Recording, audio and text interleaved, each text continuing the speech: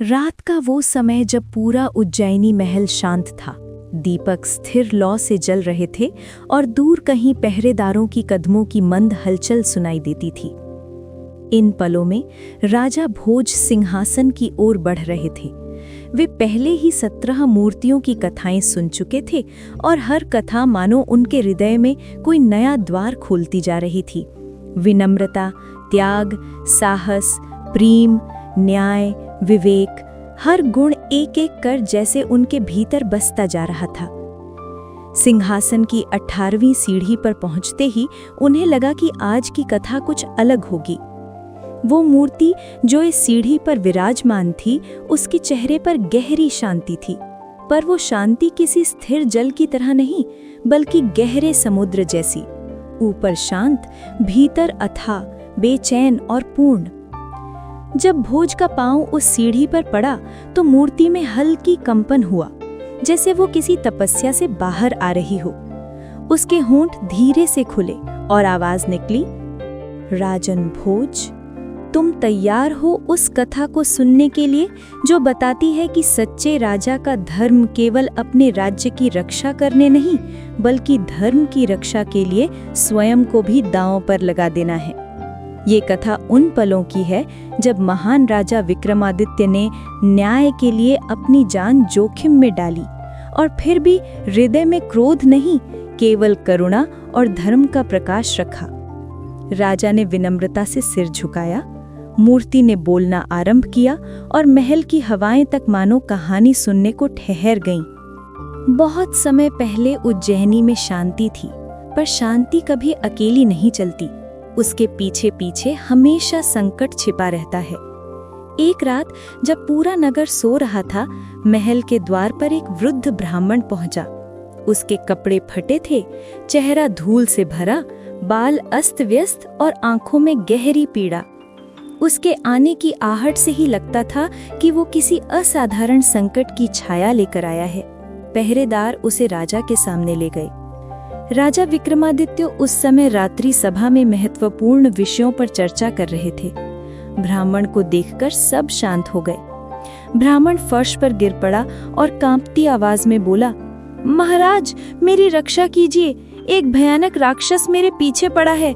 उसने कहा है कि यदि मैं उसे मानव बलि नहीं दूंगा तो वो हमारे गांव को नष्ट कर देगा।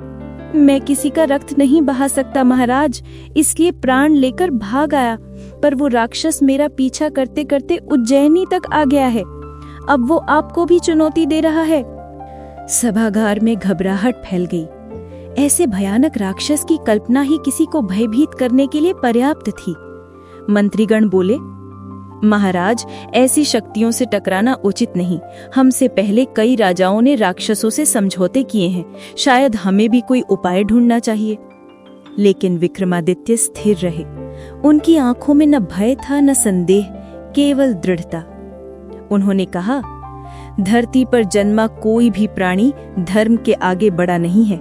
यदि कोई निर्दोष को मारने की मांग करे तो उससे समझौता नहीं, सामना किया जाता है। सत्य की रक्षा के लिए मैं किसी भी अंधकार से लड़ने को तैयार हूं। वृद्ध ब्राह्मण रोते हुए बोला, पर महाराज, वो राक्षस अत्यंत बलवान है, आप उसे हरा नहीं पाएंगे। विक्रम ने शांत स्वर में कहा, इस संसार में शक्ति का पराजय तभी होता है जब हृदय से धर्म हट जाए। मेरे हृदय में धर्म है, इसलिए मुझे कोई भय नहीं है। इसके बाद राजा ने सैनिकों को आदेश दिया कि महल के चारों ओर सुरक्षा बढ़ा दी जाए, पर वो स्वयं जानते थे कि राक्षस से लड़ाई केवल सेना की शक्ति से संभव नहीं, वो तो तप और साहस की परीक्षा होगी। रात बीतती गई और जब पहली प्रहर ढलने को आई, तब महल के बाहर एक अजीब सी गर्जना सुनाई दी, इतनी भारी कि महल की खिड़कियां कांप उठी। सैनिक भयभीत हो गए, पर विक्रम बाहर निकले। चांदनी में एक विशाल, काला, भयंकर राक्षस खड़ा हुआ था। उसकी आंखें अंगारे सी चमक रही थीं, दांत किसी हथियार से भी तेज, और उसका कद इतना बड़ा कि वो महल की दीवारों से भी ऊंचा प्रतीत हो रहा था।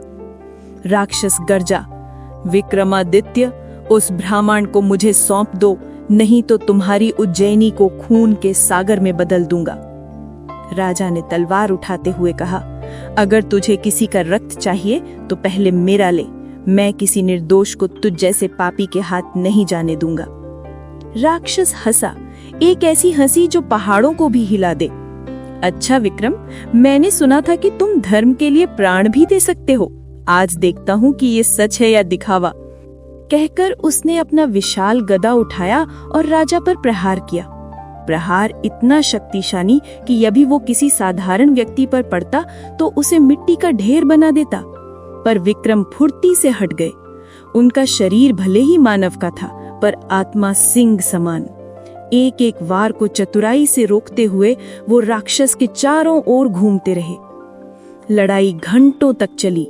राक्षस की शक्ति अतुलनीय थी, पर विक्रम की इच्छा उससे भी अधिक कठोर। उनके मन में बस एक ही विचार था, धर्म की रक्षा करना राजा का कर्तव्य है, चाहे जीवन जाए।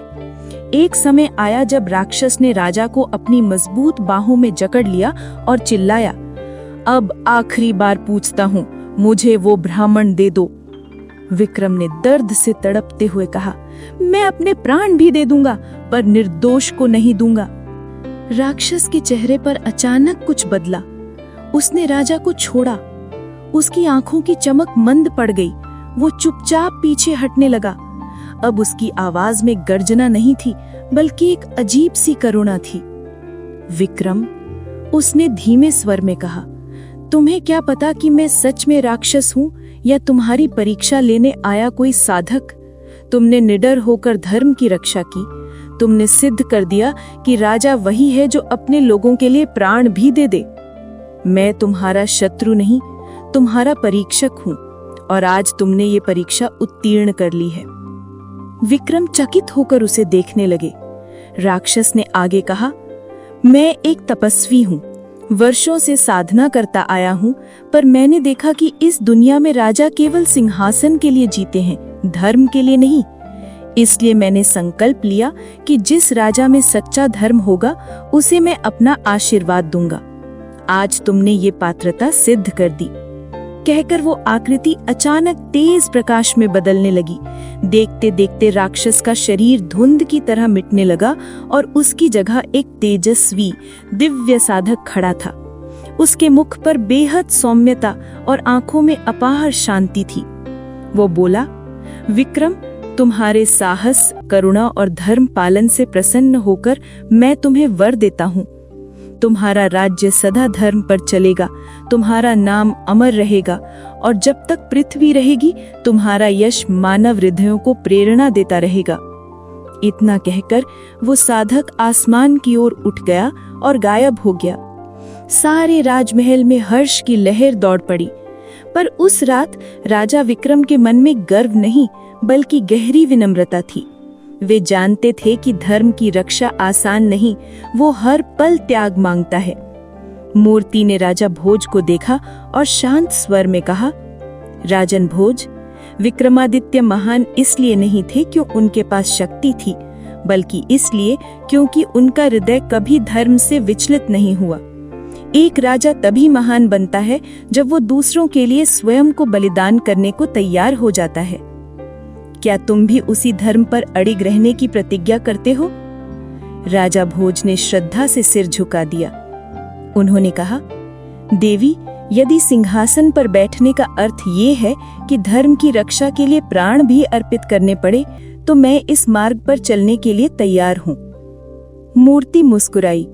उसका तेज क्षीण होने लगा और वो फिर से शिला प्रतिमा बन गई। सिंहासन के ऊपर से एक हल्की दिव्य धुन गूंज उठी, मानो देवताओं ने स्वयं पुष्टि कर दी हो कि राजा भोज एक और कदम आगे बढ़ चुके थे विक्रमादित्य की महानता समझने की दिशा में।